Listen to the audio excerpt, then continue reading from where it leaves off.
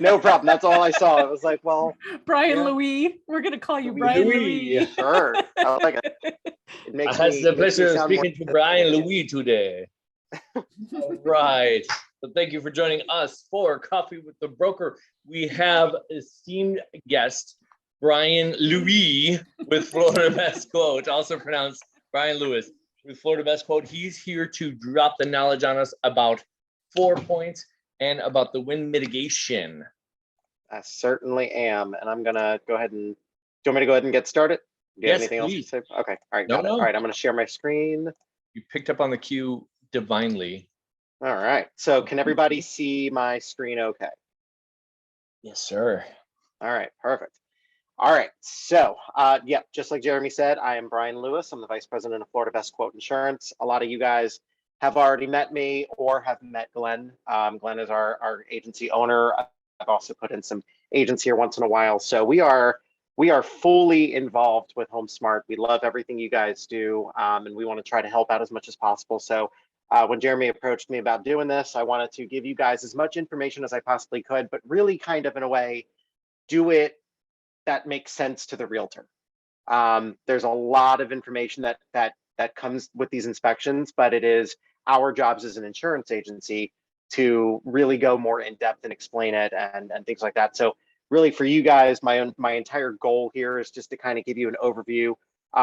You know, when you do get these inspections, at least so you know what to look at, you know, at least, you know, so it doesn't look, you know, completely foreign to you all. So we're going to go ahead and start with 4 points. And the basics, what are they? Essentially, 4 points are for eligibility. The carriers are going to be looking at the 4 major systems of the home: the electrical, HVAC, roof, and plumbing.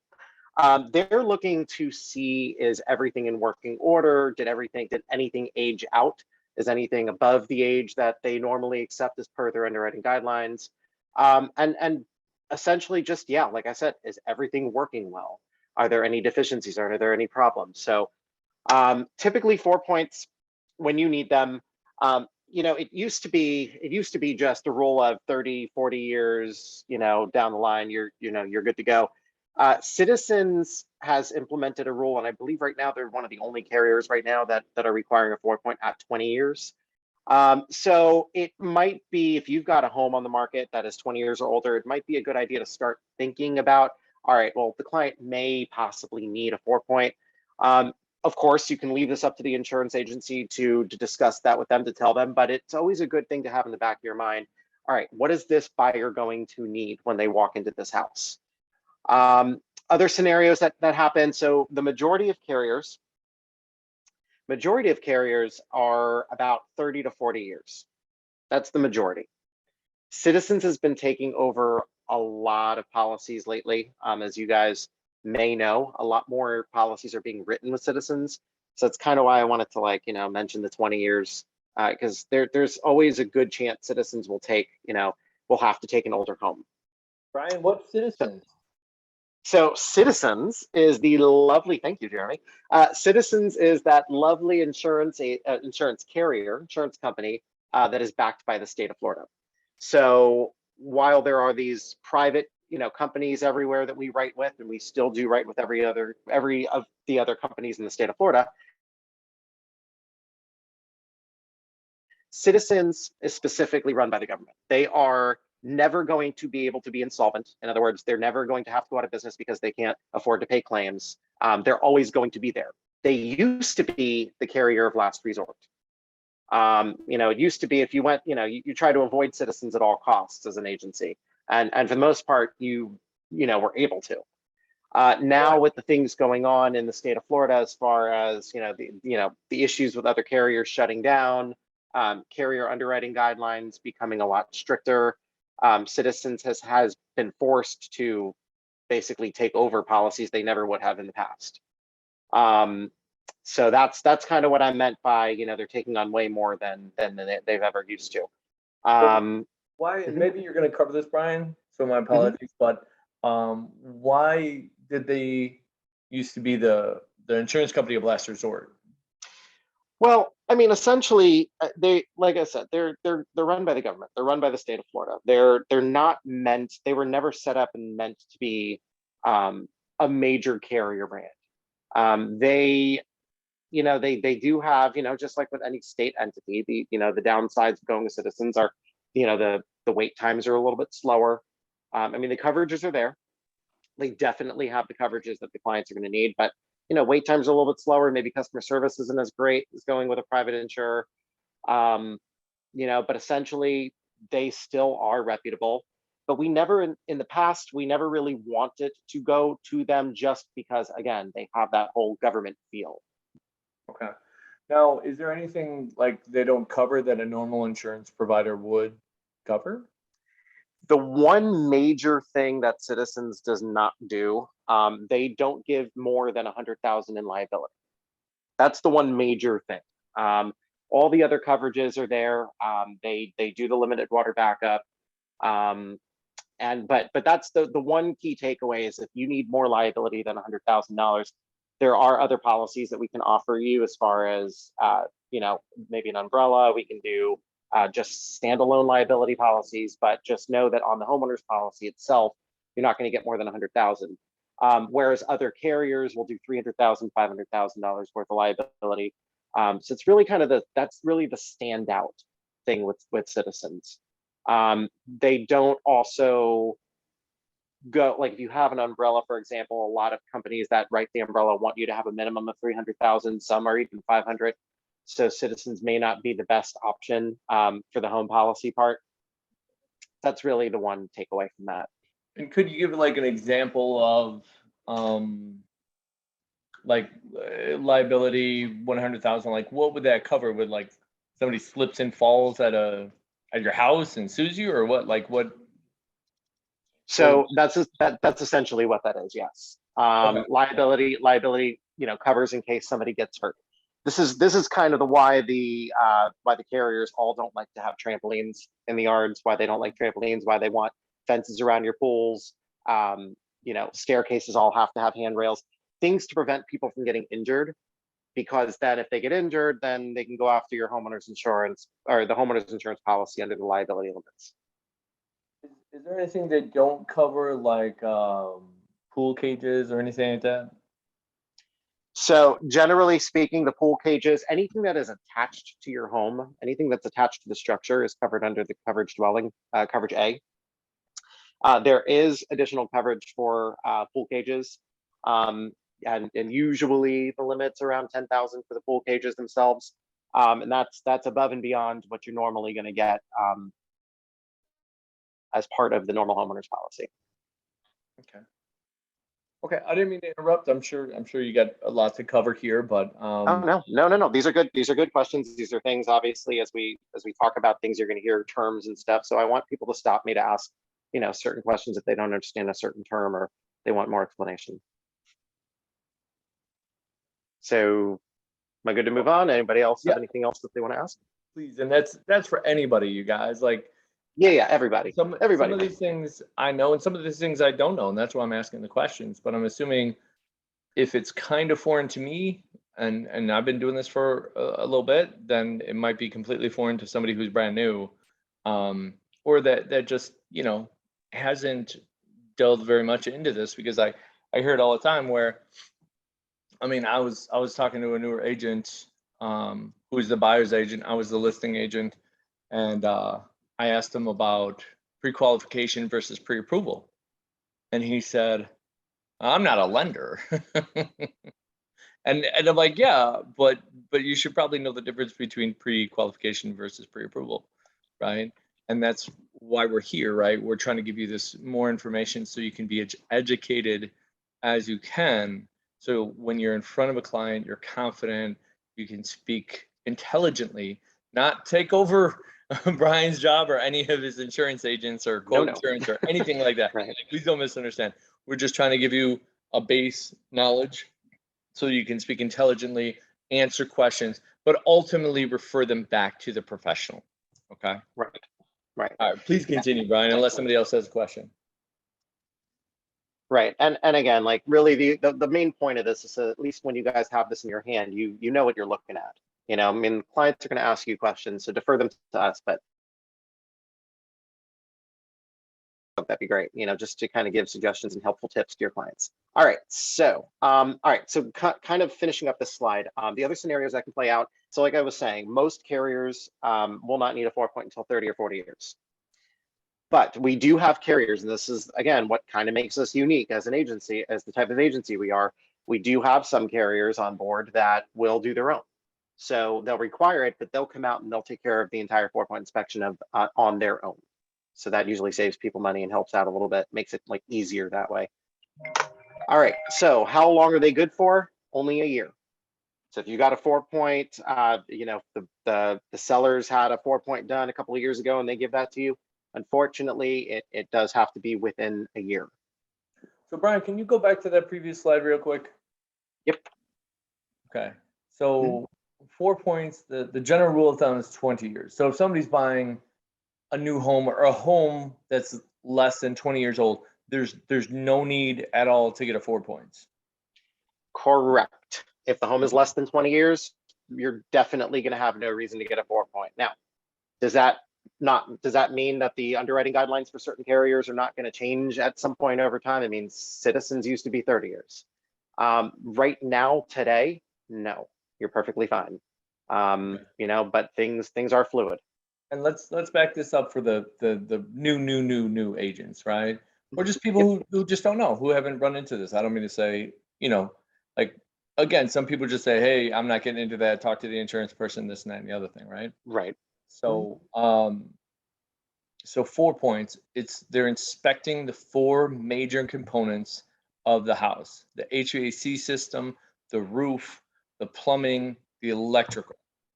Okay. Yes. And the reason that these things are getting done by an independent contractor, like typically a home inspector would do this, right? You're not sending out a person to do the 4 points, correct? Correct. Yeah. The Okay. agencies we refer out to inspection companies.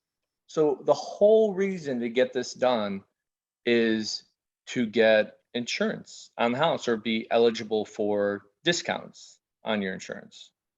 Or to even see if it's like you have here, 4 points are for inspections used for eligibility purposes to make sure that they're eligible to get insurance for that home. It's not a given, right? Correct. Okay. And we'll be talking about the ones that go for discounts in just a little bit. The wind mitigation, that's coming next. Okay. But yes, 4 points are specifically eligibility. And somebody had asked me the other day, well, what about the full inspections that we normally do? And this is another realtor. The full inspections, while they do tackle these things in them, unfortunately, they need to be on the 4-point forms. The inspection form, there's specific separate forms for 4-point inspections. So while you may see some details that the carriers don't want the full inspections of the home, they just want to zone in on those 4 things on their own specific form. And we have a couple of questions in the chat. It was, so does the insurance company have a list of inspectors? Yes, we do. We generally do partner up with a team of inspectors. We've got people that throughout the years we've sent clients to that we like. I've got my own personal friends that I have that are that own an inspection company. So, but yes, your agent should and will have somebody that they can refer out to. Okay. And John, to answer your question, for the most part, any home inspector does a 4 points. Right? You just have to ask for it. Typically, they'll remind you when they're asking you questions about the home. Okay. And he said, what's the cost per inspection? Typically, well, Brian, do you want to take that? Do you know about that? 4 points. Brian, did I lose you? Hello? Can anyone hear me? Anymore. We can hear you, Brian, but we're losing Jeremy. Okay, good. Oh, Yeah. Okay. we're losing Jeremy. Oh, okay. You can hear me, but we're losing Jeremy. Okay. Hold, please. Just moved into a new house. I'm not sure if maybe I'm just too far from the Wi-Fi or what. But Now you sound good. oh, now it sounds good. All right, hold on. Hold, please. Okay. Real close to the Wi-Fi now. All right. All right, so I'm seeing some of the questions on here. Let's see here. Okay, let me just go back. So there was a question here. I was told a new roof was not going to be covered because of a solar installation and that a policy would be difficult to obtain. Okay, so I mean, there's really a short answer to that. And really, there are some carriers that will not do solar, period. There are some that will do solar, but depending on what it covers. And then there's some that have no problem with it. I mean, so it really just depends on the carrier. There are some agencies out there that are so limited that they, and not to talk ill of other agencies or say you got to go with us, but there are agencies out there that don't have the capacity or the carriers to write certain things with. So that just may have been that case. But we've definitely had carriers that are fine with the solar, depending on where it is, or even some of them that are fine just no matter what. So the insurance company has a list of inspectors. Okay, yep. What is the cost of the inspections? Inspections can be anywhere from $75 to $100 for a 4-point. There's a lot of inspection companies that'll do a 4-point and a wind mitigation combined for 150. Maybe they'll be like $90 for each, and then they'll combine it. They'll give you a discount if you get both. So that's that. As a listing agent, how do you challenge a 4-point saying one of the points is unsatisfactory? The home inspector is not a roofing expert. Huh. Okay, totally get that point. The thing about the roofing, you're correct. They're not, but they do know enough to see certain things that the 4-point sort of like a checklist for them. So when they're going to the roof, and I'm gonna get more into what their checklist even kind of looks like. But if they're saying it's unsatisfactory, they also have to take pictures of it. So they have to prove it by showing the pictures, and each 4 points accompanied with colored photos. How can you challenge it? You can get a roofing company out there. I mean, essentially, you could get a roofing company out there to take their own photos, to do their own inspection of the roof. And if the roofing company is vastly different than what the inspector said, then we can certainly use that. The carriers will go with what a roofing company says, as long as it's a licensed roofing company in the state of Florida, as long as they have their backup, they could show proof, things like that. I mean, there's ways. But definitely talk to your agent if you find that you want to question some things.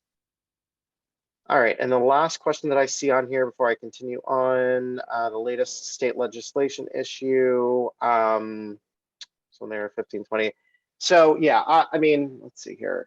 Sell their homes when they're around 15 to 20 years. So again, this could be kind of like, I mean, I could go on for days on the legislation and things, but the short answer to that is there are things in the works right now through the state legislature that they've passed. Unfortunately, all of that stuff takes time. So whatever they do pass is going to take time, and specifically, they're trying to target the biggest issue right now is the lawsuits. The amount of claims that, and I always say to the clients, like, it's not what you're doing, it's what your neighbors are doing, essentially. So the biggest issue with the state of Florida right now is the claims, and then them turning into lawsuits. Roofers specifically knocking on people's doors saying, hey, your roof looks old, let's file a claim. When the claim gets denied because insurance is not a warranty, insurance is, catastrophic event just happened quickly.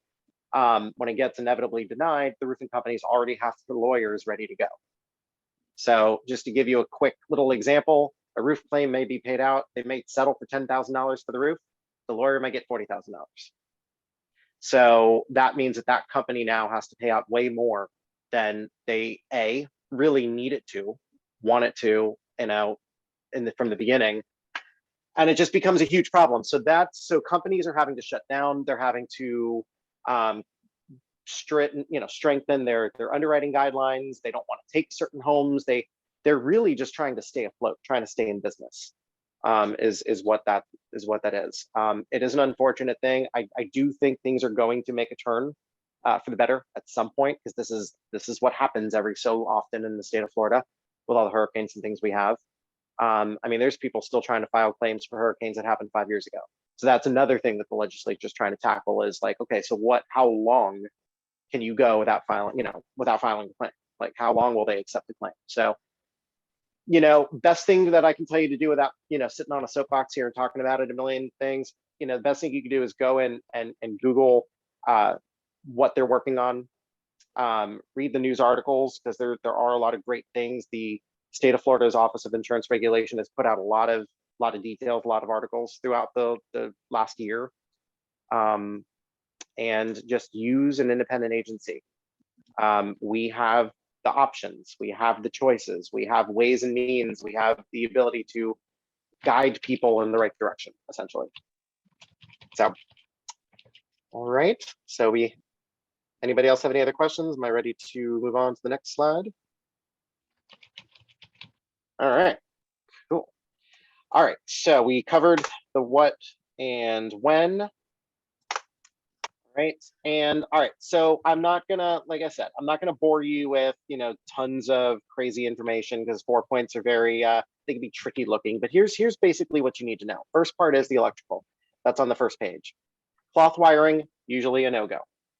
And I say here remediate with a Lumicon. That's really Citizens right now is the only one that I'm seeing that, will kind of be more lenient. There's other private carriers that are just going to straight up say, nope, no cloth, no matter what. But the Lumicon, and it has to be on every single outlet. It's a connector that goes on to the inside of the outlet. And essentially, as long as it's remediated with that, you should be perfectly fine. But it has to be marked, and the pictures have to be on the 4 point. No other hazards can be present. And here's a huge thing. And I always try to make this point very, very, very, very clear. Even if the inspector puts satisfactory, if they put a note on there that says any sort of issue whatsoever, other than great or fantastic or looks wonderful, if there's anything on there, but they're putting satisfactory, it's automatically no longer satisfactory. So we've had inspectors that do that. It's a crazy thing. I don't know why an inspection company would, say everything's great and then put a note about a condition issue, but it happens. So that's one thing that we look at as an agency, all right, are there any notes at all? Does it say satisfactory? Because if you just, what'll happen is if the agency just sees satisfactory and they go put it in and they ignore the notes, well, the carrier is likely to come back and give us an underwriting memo, cancellation, non-renewal, things like that. So that's one thing to look at. And an argument we have with clients all the time. But my inspector put on there, yep, I know, but they also put that there's an issue. The panel brands. The most popular panel brands for issues are Federal Pacific, Zinsco, and Challenger. Those are the most commonly seen panel brands. Those are, back in the day, those panels essentially caught fire. They were fire hazards. And it may have been 50, 60 years ago, and maybe they changed it out, but still, the fact that they ever did that brand ever had an instance of that issue, carriers kind of just go, yeah, no, we don't want to take that chance. Citizens, which I've been talking about lately, but again, this is just good stuff to know, because when one agency says no, there are yeses out there. Can we insure any of those three? Citizens says as long as the panel is perfect, there's no issues, no double taps, no bad wiring, nothing, they will accept it. Now that's only Citizens. Any other carrier, we've got more competitive carriers out there that are not, government regulated carriers.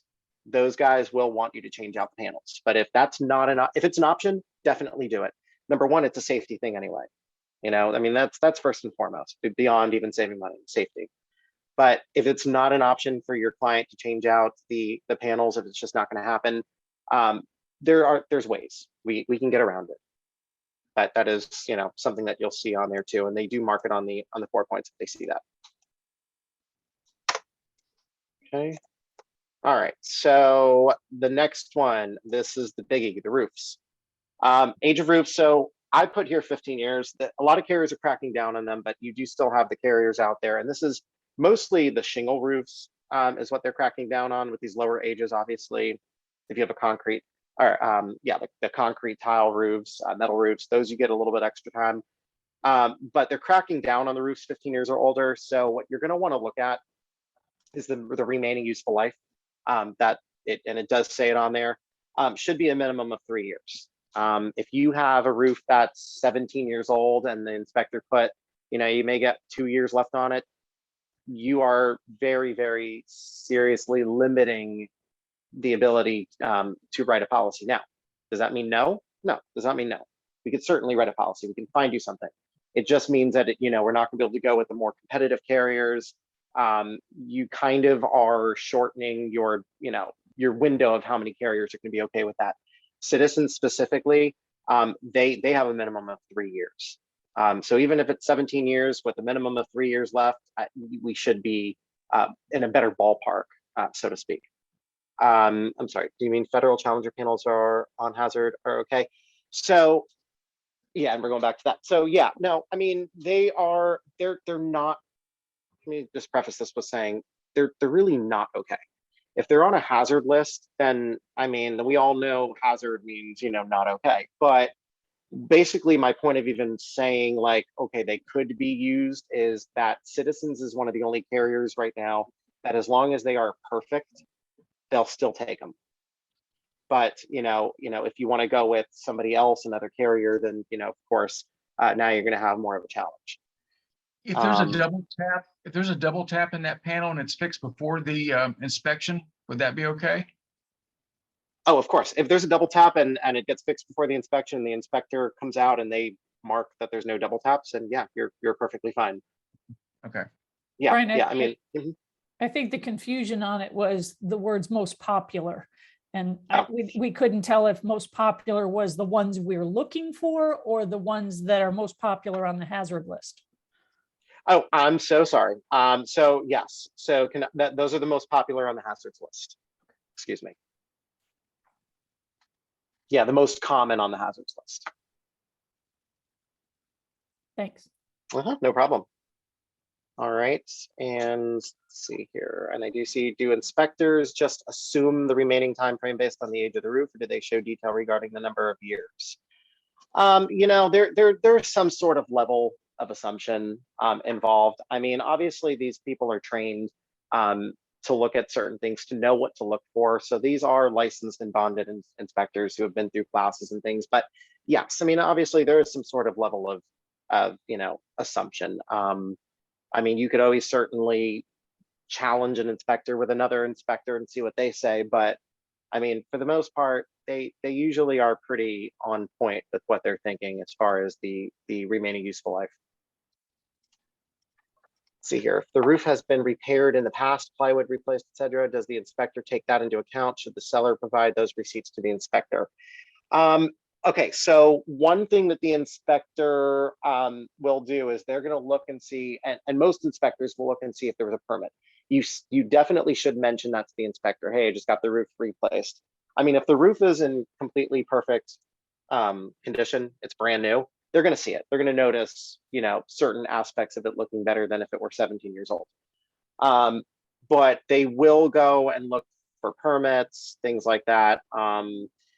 And usually, and they'll put the roof age here, if it was just replaced a few months ago, 2022, remaining useful life, depending on the type of shingles or whatever you put on, they'll put the remaining useful life, 15, 20 years, whatever that may be. I mean, you certainly give any information that you can to the inspector, but they are going to, when they go to write up these reports, they are going to verify. I mean, a good inspector will go to verify. They can't just put anything that they want on the inspection report, and they can't go to put anything that a client just says. But if they have proof, of course, they're going to want proof. So Brian, let's say the roof is older, let's say 13 years, it was leaking.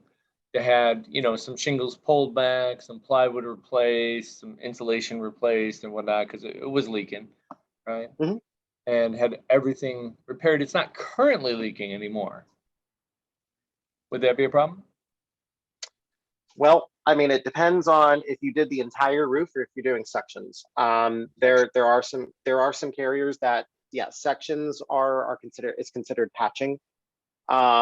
There are some carriers out there that are, and again, there's so many insurance carriers in the state that it's hard because like there's not one simple answer for everybody. Some underwriting is fine with patching. They're good with that as long as we could show proof that it had been done by a licensed roofing company and that it's everything is looking good. That's fine. then there are some companies out there that will even go so far as to looking at a picture and going, ooh, the shingle color looks different. That's been patched. Yeah, we're not going to take that. You're being canceled. So it really just depends. Short answer, yes, we can find you something. It just may not be, where you're at currently or the most competitive. I always preface that because it really depends on the underwriting guidelines.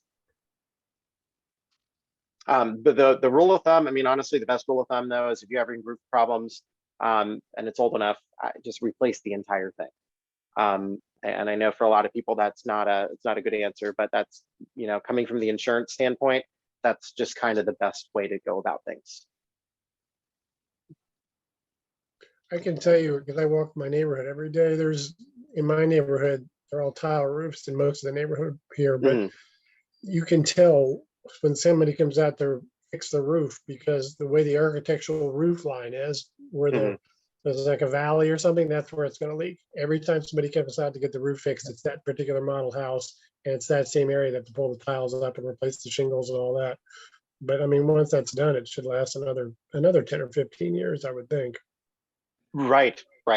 And it does. There's so many different scenarios when it comes to roofs and things like that. So, I mean, best thing you can do is just get with the agent and see who they're writing with, who will be, before anybody really goes and does anything. We always tell our clients, like, before you even think about doing something like that, just let us know and let's see what it's going to look like insurance wise for you. Let's see here. So home with double roof, they never removed the original. I've seen that before. And some insurance company who not insured did not come up on my inspection. This is something the inspectors should list. That would be there would be a secondary roof part of the form.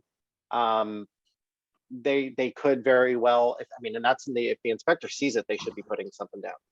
I mean, you can't see something and not say something. So essentially, if they do notice that there is a second roof underneath, they should mark that. And yes, there are some carriers again that are just not going to be okay with that. They'd rather have the entire thing completely replaced. And then there's some that don't care, for lack of better words, really. Let's see. Are these the rules of thumb? The same for tile roofs? Tile roofs really just give you, it's just more time. Tile roofs the underwriting guidelines are looser for tile roofs than they are for shingle. So whereas a shingle, where a company might, non-renew you after 20 years, tile roof might give you 30. But essentially all of the under parts of that, all of the underwriting that goes into that whole situation is kind of the same. It's just a matter of, how much more time are you going to have, really? Okay, and I'm gonna go ahead and just for the sake of time here, just continue on with the 4-point. We'll move on. Keep asking questions, definitely, and I've got my chat screen open, so I'll be answering, but I want to keep it moving for y'all. Okay, so another thing to look at, so the next page, the HVAC and the plumbing. Again, just as a general rule of thumb, overall condition must be satisfactory, no visible signs of damage, and they do mark those on the sheet there. And again, no comments. Even if everything's marked satisfactory, they can't make a comment saying that there's an issue and then mark everything satisfactory. It just does not work well that way. PVC and copper are okay. It's when you start seeing PEX plumbing and polybutylene, excuse me, that will be okay for some, but not most. Let's see. John says, why do they care about the age of the HVAC? Mold. I mean, essentially, the older the system, the more chances of it breaking and causing a problem.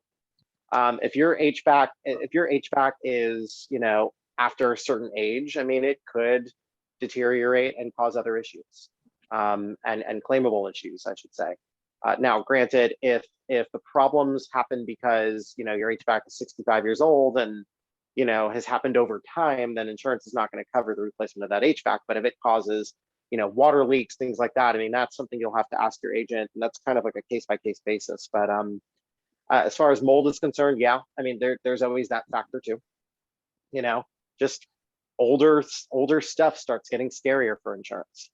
And really, it's as long as things have been well maintained, I mean, and most carriers, again, most carriers are not going to really care too much about the age. They're going to give you some leeway with that. I haven't seen too many underwriting guidelines that are crazy on things like HVAC unit ages. You know, as long as everything's well maintained and the 4 points come back, everything's perfect. I mean, for the most part, you have a leg to stand on with at least that. Let's see. Yeah, no, I know, Julia. 20-year-old house is not old. It never used to be this way in insurance. It, you know, never used to be this way. That's why I'm saying, you know, 4 points used to be 30, 40 years. Now it's, But- you know, and even that is not old.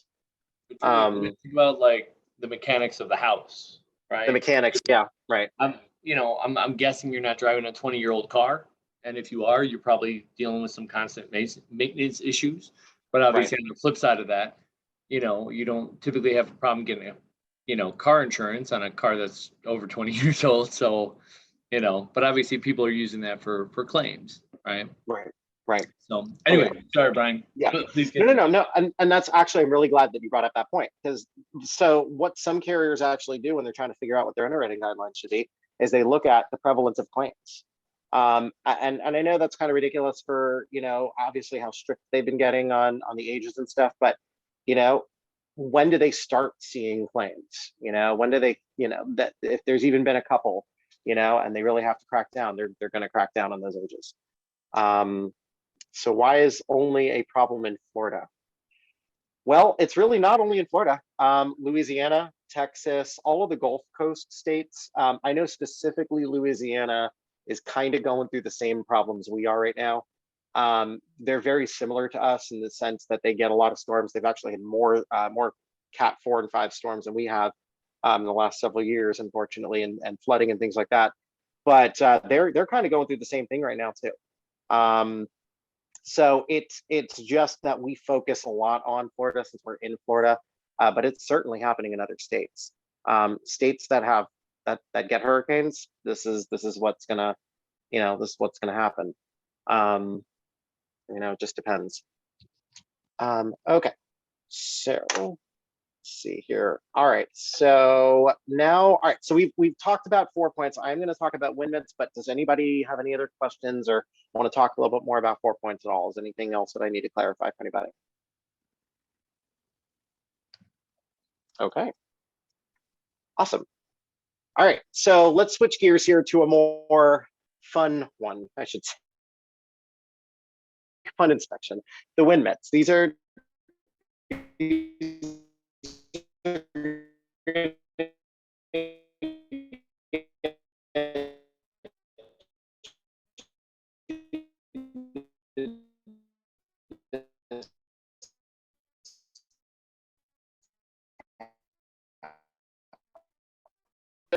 it's going to be less likely that they're going to have to pay out a claim. They're going to give you a discount for it. They want you to do those things because they want you to fortify your house, obviously, for them not to have to pay out more claims.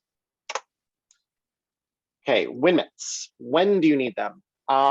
Okay, so any home that's built prior to 2002, and 2002 was when the Florida Building Credit, or I'm sorry, excuse me, Florida Building Code took effect. That's the last major code that came about in the entire state of Florida. So really any home built before 2002 is going to need a win myth. And then anything after 2002 does not. Now, technically, here's what happens though.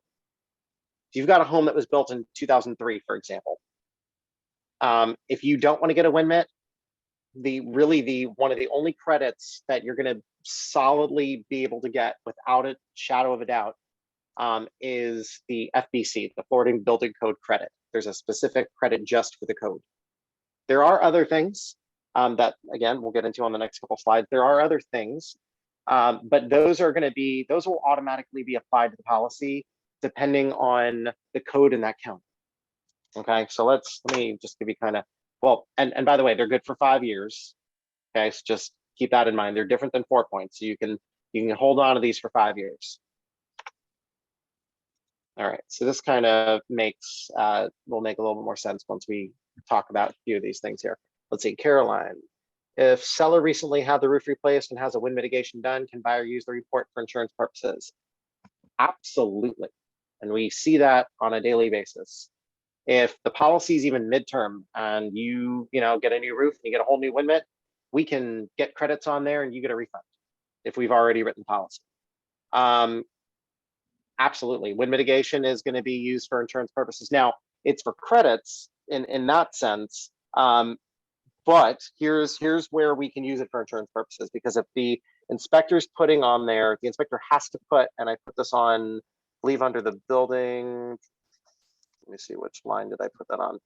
Put it on one of these, it's on one of my lines, but basically they have to put the permit number on there.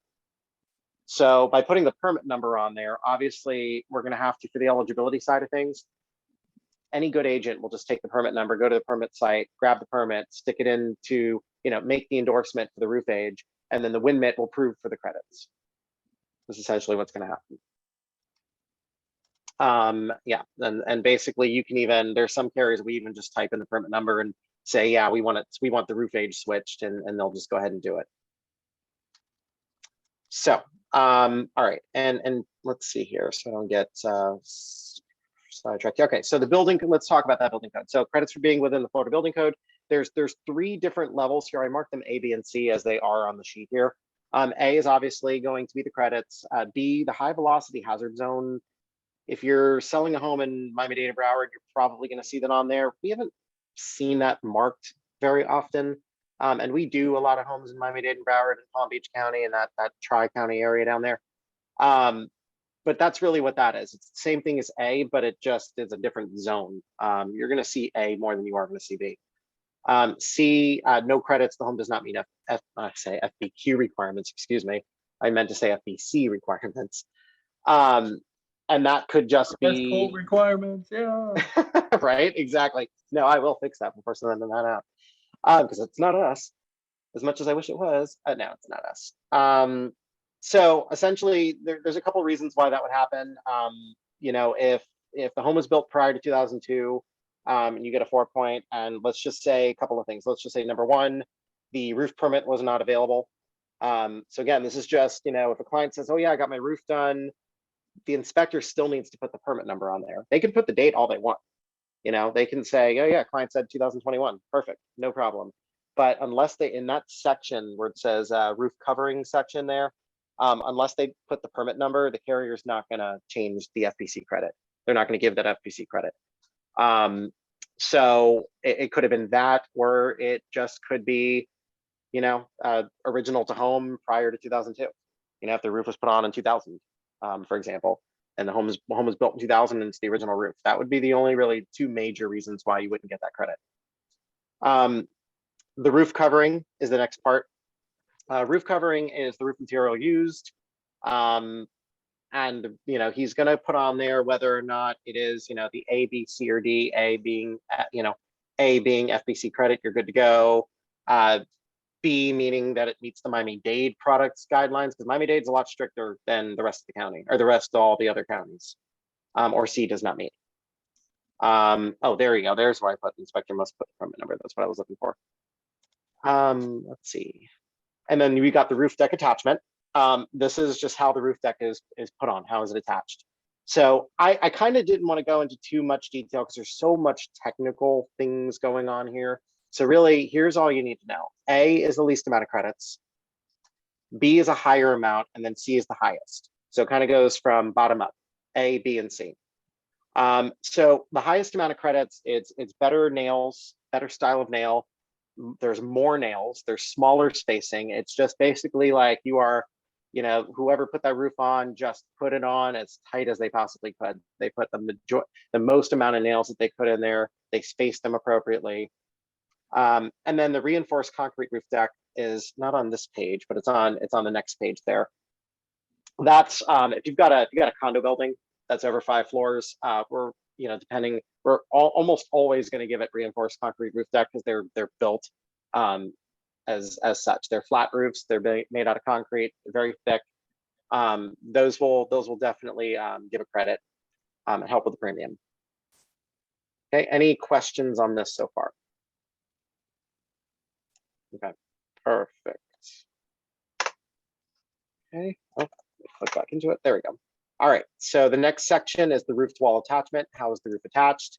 And then again, same thing as the last time. You're going to go from bottom up. So toenails, you get no credits for toenails. This is like pre-1960s how they used to build the homes, where it literally just was a nail that went into the truss.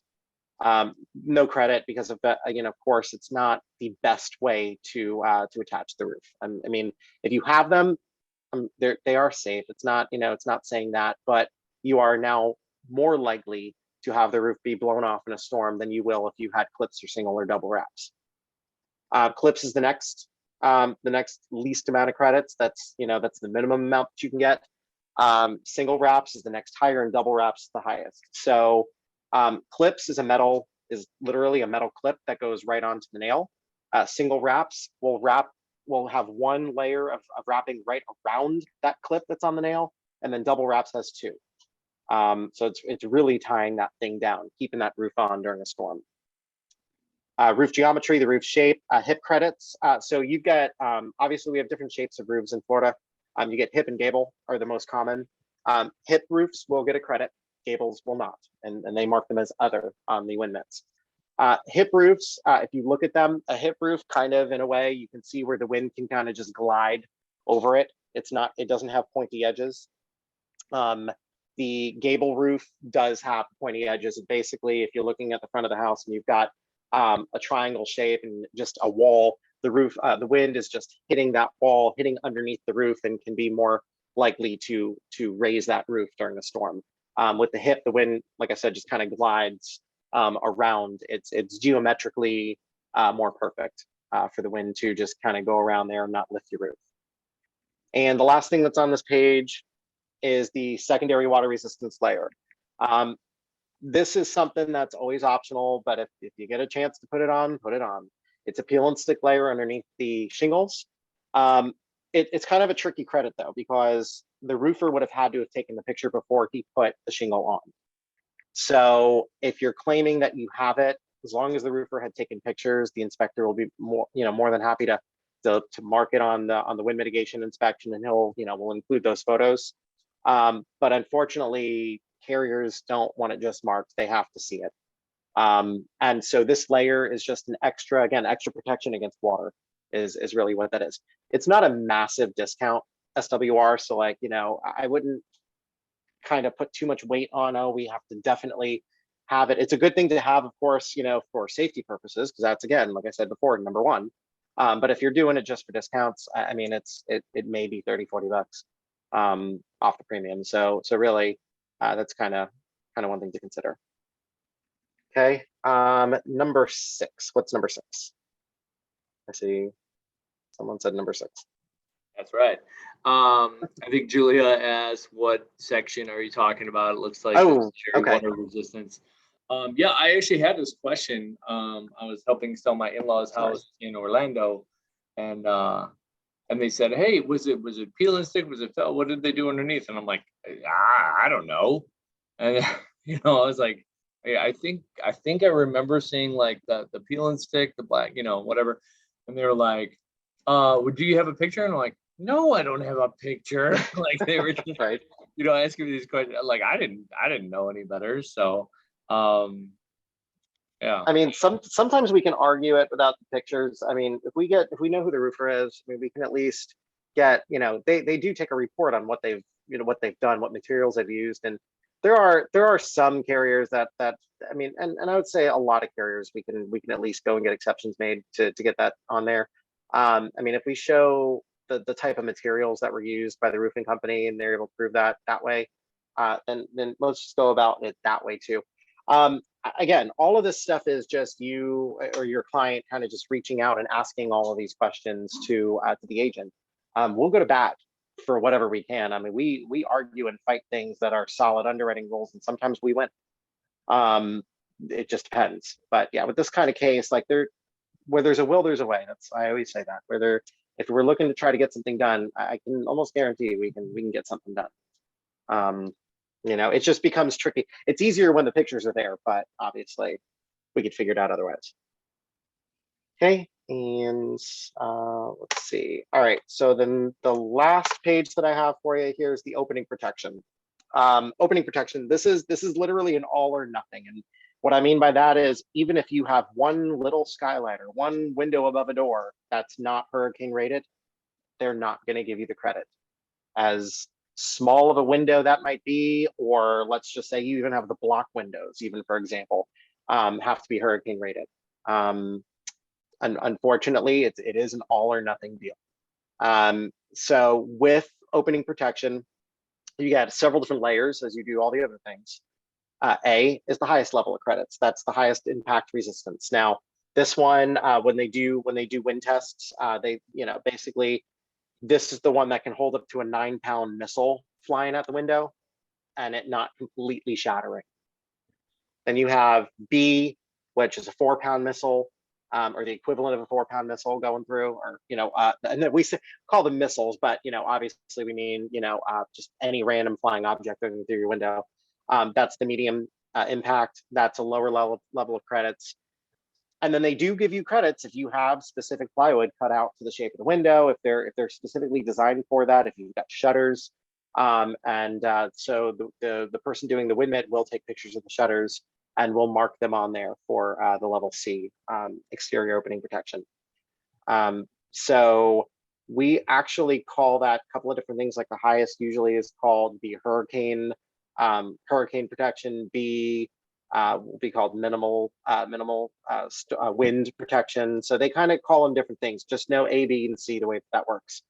And then N is just no opening protection. That's on the, there's one more thing on another page here that didn't have much else going on it. So I just kind of put it in. It's the no opening protection. This chart that's used, just so you guys know, they're going to mark an X on anything that the person has. If they have an entry door, garage door, skyline, and they're going to mark A, B, C, or D, or N on any of those things on those charts. So that's how they determine whether or not it's, whether or not it's actually an all or nothing, whether or not they have everything or not. Now, Julia had asked a question. Exactly how do you know what was done? What about the fabric roll? How do you know what was done? I mean, so you guys are selling a home that somebody says has hurricane protected windows, the inspectors will know. So the specific windows will have a couple of things. Number one, it's the thickness of the window. Number two, there's always an etching on the window, and it's either an etching or there also may still be, unless somebody peeled it off, on the side of the doors and windows, the manufacturer's label that they'll look for. But for the most part, the inspectors are highly trained to know what is hurricane impact and what's not. And there are key takeaways from each window, from each pane of glass that they can look for. The other thing too is, if it really becomes challenging, we can get, the seller's information. I mean, if they have any, and this is a long shot here, and I know this, but this is just, plan D, I would call it. If the sellers have any paperwork on it, anything like that. But again, the inspectors almost always just know what they're looking for. There's key things to look for. Let's see, what happens if the hurricane impact window doesn't have the label? Like I said, the majority of them, they will have an etching on them. And also too, they can measure the thickness of the window as well. So there's a couple of different things. It does become harder to prove. I will not sugarcoat it. It definitely does become harder to prove. Are there times where you can say that they're there, and unfortunately it's not provable? Yes. But there are things that the inspectors are going to look for if you claim that those are hurricane impact windows, or even if you don't know, they can go and look at those things and kind of just guide you in that right direction. And this goes for garage doors as well too, just so that everybody knows, garage doors are counted. Garage doors should have, and a lot of the newer garage doors will have a bracing on the back of the door. And those will be hurricane rated bracings. And the garage doors, unless you, again, peeled off the label will even say what kind of an impact they can take. Hurricane shutters. Yep, hurricane shutters are included in opening protection, depending on the type of shutters, but the majority of shutters that are out there will work. As far as the plywood goes, if you just went and cut up a couple pieces of plywood and they're not fitted to the window properly and they're not specific to that, then it's going to become an issue. But I mean, if you bought hurricane shutters, the accordion or the aluminum ones that you just kind of stick in, those will be perfectly fine. Yep, the inspector will take pictures of those. All Right. right. And he doesn't, and by the way, he doesn't necessarily need to put them on the window. I've seen them just kind of like lay them down in the garage and just take pictures. Or, you know, he'll put one on just to show. So, all right. And the last, this is it right here. I mean, really, honestly, if ever in doubt, which nobody is going to walk away from this as an expert. And I know that. I just hope that I was able to give at least enough little insight so you can kind of go, well, this is what I've been wondering. This is what I know now. But always give us a call when in doubt. Huge thing to note, our website, I don't know, there's a couple of different websites going around. Our website is the myfbq.com. This is all of my information right here. That phone number goes to me directly, goes to my cell. I'll partner up with one of our agents if you need a quote, need anything at all, or you can just email me. I try to be 24/7 for the most part. So, you know, you can even text that number if you need to, if you have a simple question or whatever you need. So if that's it, guys. Thanks, Brian. And I'm teamed up with one of your agents, Deva, and Yep. I always take pictures of like electrical boxes and send it to her if it looks old or questionable or whatever. So so that's a great Oh, yeah. resource as well. That's a You good can way to always do it. reach out to me if you want to connect with Deva or Lindsay. I know her as well. And Brian obviously is the main resource as far as that goes. But if you're on the Yes. fly and you didn't take down Brian's number right then, but he is super responsive. I reach out to him all the time. Just like, hey, what you doing? What you doing with your hair today? You know, what are you wearing? You know, stuff like that. Right? The- That's usually how it the goes, right? The important And thing just to, today. and just a disclaimer, like I said at the very beginning, I'm the vice president of the agency. I do not write the policies. I'm not an agent, but you can use me as the middleman to get you the right person to, you know, whatever you need. I mean, I'm here for all of that. So And what I will say is this, is when he first told me I'm not the agent, I was like, oh, okay, you don't really know anything. And then I couldn't get a hold of Deva, which was like the main person that I knew how to get a hold of besides Brian. And so I called Brian and I was like, you're probably not gonna know this information, but I'm dealing with them WinMit and this is the situation. And he broke it all down for me. We did a three-way with my clients. We answered all their questions. Like Brian is a wealth of knowledge. Like as soon as he told me, oh, I'm not an agent, I'm like, oh, okay, you really don't know. But obviously he's gotta know a couple of things to run this company. So so feel free to reach out to him. He's a great person and a wealth of knowledge. So you know, feel free to reach out to him if you need it. Okay. thank you, Jeremy. Yes, everybody. Yep, absolutely. All right. Any other questions before we wrap it up for the day? All right. Just remember this. It's only 11 o'clock. If you just started at 10, you've only worked 1 hour. So go out there and sell some houses now. Let's get going. All right, everybody. Thank you so much for attending this session of Coffee with the Broker. Bye now. See ya.